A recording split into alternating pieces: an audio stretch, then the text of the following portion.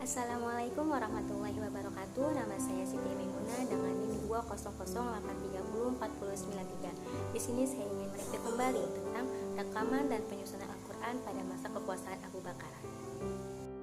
Al-Quran diwahyukan secara tertulis. Al-Quran sendiri secara konsisten menyebut sebagai kitab tertulis. Ini memberi petunjuk bahwa wahyu tersebut tercatat dalam tulisan. Pada dasarnya, ayat-ayat Al-Quran tertulis sejak awal perkembangan Islam. Meski masyarakat yang baru lahir itu masih menderita berbagai permasalahan akibat kekejaman yang dilancarkan oleh pihak Quraisy. Kita ambil dari cerita Umar bin Khattab. Sebelumnya, Umar bin Khattab itu sangat membenci agama Islam, sangat membenci Nabi Muhammad karena Nabi Muhammad membawa agama Islam dan meninggalkan ajaran nenek moyangnya. Dan Umar bin Khattab itu ingin membunuh Nabi Muhammad. Nah, lalu setelah di perjalanan, Nuaim bertemu dengan Umar dan menanyakan dan menanyakan kepada Umar, wahai Umar, hendak kemana engkau? Lalu Umar menjawab, saya ingin membunuh Muhammad, kata Umar seperti itu. Lalu Nuaim memberitahu bahwasanya saudara ipar keponakannya, adik perempuannya masuk agama Islam, masuk agamanya yang dibawa oleh Rasulullah. Lalu Umar cepat-cepat mendatangi adik iparnya di rumahnya, yaitu tempat Kabab sedang membaca surat Toha. Nah, dari sepotong tulisan Al-Quran, saat mereka dengar suara Umar kan teriak, wahai Fatimah, wahai Kaab, gitu. Lalu mereka mendengar suara Umar. Kaab langsung lari masuk ke kamar kecil, sedangkan Fatimah mengambil kertas kulit yang bertuliskan Al-Quran dan diletakkan di bawah pahanya. Utama dalam cerita ini berkaitan dengan kulit kertas yang bertulisan Al-Quran. Menurut Abbas, ayat-ayat yang diturunkan di Mekah adalah terekam dalam bentuk tulisan sejak dari sana.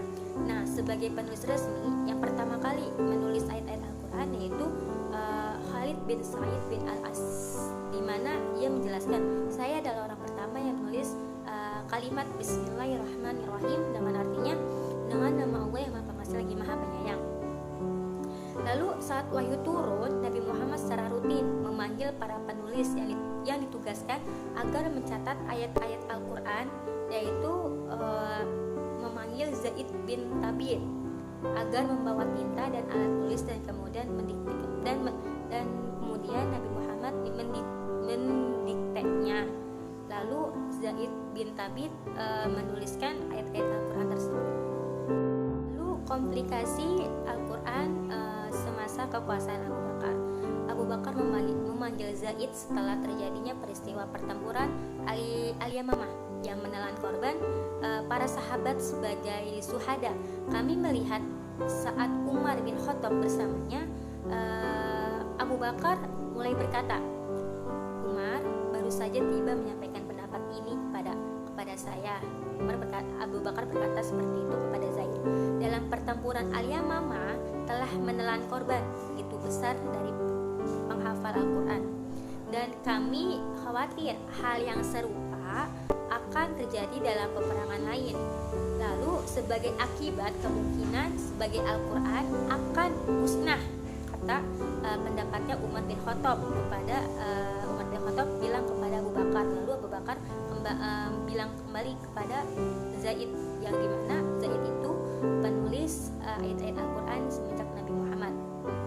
Nah, oleh karena itu kami berpendapat agar dikeluarkan perintah pengumpulan semua Al-Quran, karena Zaid itu kan seorang pemuda yang cerdik, pandai, dan sudah terbiasa menulis wahyu pada Nabi Muhammad SAW.